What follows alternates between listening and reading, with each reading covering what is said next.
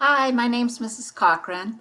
Hope everybody's doing well. It's snowing at my house right now. We're in that springtime when it snows, it melts, it's sunny. It snows, it melts, it's sunny. And today it's a snow day for me.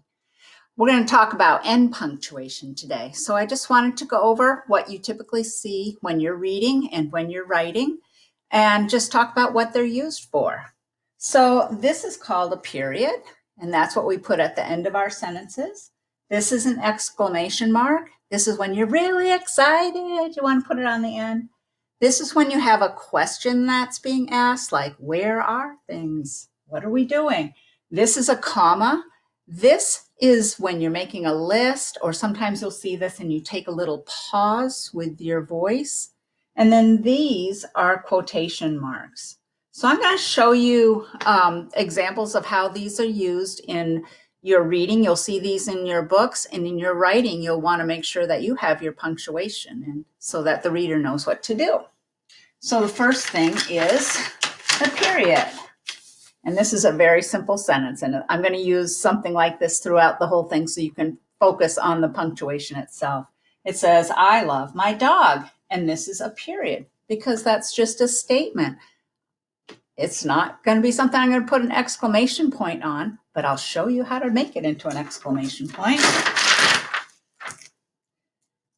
Here, we read it like this. I love my dog, because that's an exclamation point, and you want your voice to be excited about it.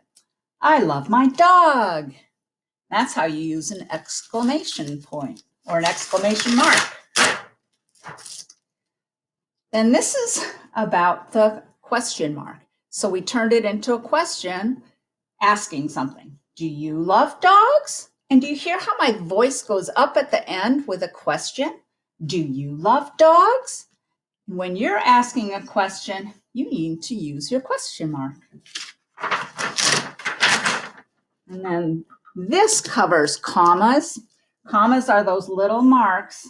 We use them to take a pause in our voice or to separate things. So this is what you would do in a letter. You write, Dear Mom, and you put your comma down at the end here. And then you start your letter. I love dogs, comma, cats, comma, and fish. I used commas here because I'm making a list. But did you notice how I took a pause with my voice? Dear Mom, I love dogs, cats, and fish. I took a pause whenever I saw a comma. So when you're writing and your voice takes a natural pause, that's when you put the comma in. One other place that we use commas is in writing the date. So the date is March 30th, comma, 2020. And this just separates the day from the year. And so if you're going to write it in that format, you use a comma here. So commas come at the end of saying, Dear so-and-so in a letter. I love to see dogs, comma, cats, comma, and fish, because I'm making a list of the animals that I love. And then a comma is used when you're writing the date, just to separate things.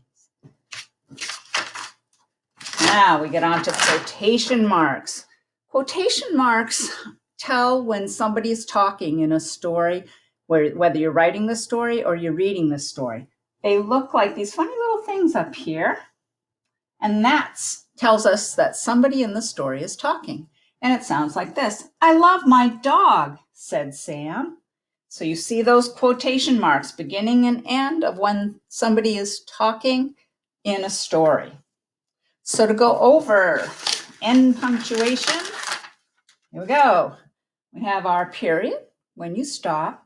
You have our exclamation point, when you're excited about something. You have a question mark when you're asking a question. You can hear your voice go up at the end when you're asking a question. We have that little comma. That's for use of making lists. It's used in dates, and it's used in a letter form after you have your opening. And then you have your quotation marks. Quotation marks are when somebody is talking in a story. So when you have your books, we send home little books for you. Look something like this, you might, and chapter books. Go take a look and see what kind of end punctuation is in them. Have a great day. Bye.